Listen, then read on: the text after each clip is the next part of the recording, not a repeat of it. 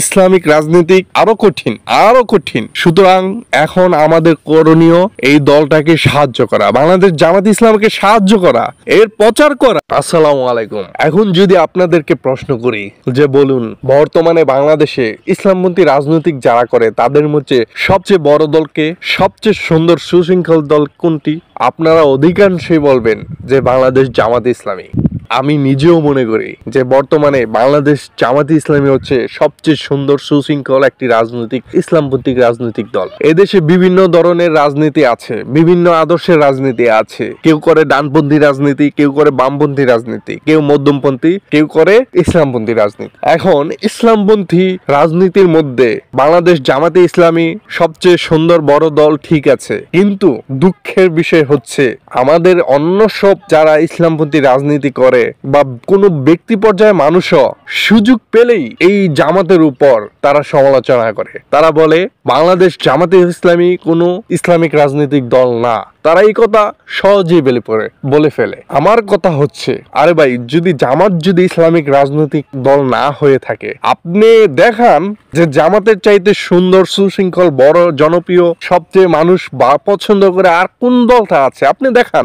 আর নয়তো আপনি যদি দেখাতে না পারেন, আর নয়তো আপনি নিজে একটি ভালো দল তৈরি করুন, নিজে ভালো কাজ করুন। আপনি দেখাতেও পারবেন না, আপনি নিজেও দল তৈরি করবেন না, আপনি শুধু জামাতের পিছনে লেগেই থাকবেন, সুযোগ পেলেই বলবেন যে জামাত এই দল না, ইসলামিক দল না। এটা তো ভাই হবে না। এই বিভ্রান্ত ছড়াবেন না।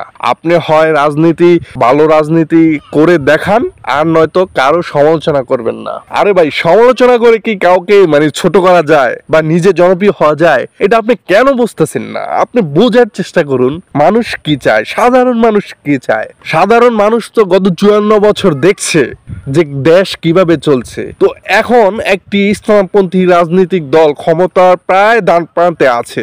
এখন আপনাদের উচিত এই দলটাকে সাহায্য করা, এই দলটার দোষ খোঁজা না। এই দলটা যদি এতই দোষ থাকতো, তাহলে এত লোক মূর্খের মতো আপনার এই দলটাকে এত ভালোবাসে না। এই দলটার ভিতরে আল্লাহর রহমত আছে, তাই বিগত বছর যাবৎ 50-60 বছর এই দলটার উপরে যা যা হয়েছে, এত অত্যাচার হওয়ার পরে দলটা এখনো টিকে আছে।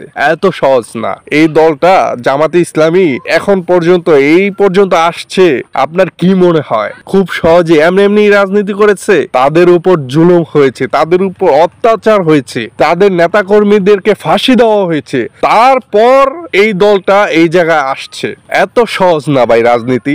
আপনি ইসলাম দ্বারা রাজনীতি করবেন, আপনার উপর জুলুম হবে না, আপনার উপর কোনো চাপ আসবে না, আপনি মনে করবেন যে এটাই ইসলামিক রাজনৈতিক দল। না ভাই, ইসলামিক রাজনীতি আরো কঠিন। সুতরাং এখন আমাদের করণীয় এই দলটাকে সাহায্য করা, বাংলাদেশ জামাত ইসলামকে সাহায্য করা, এর প্রচার করা।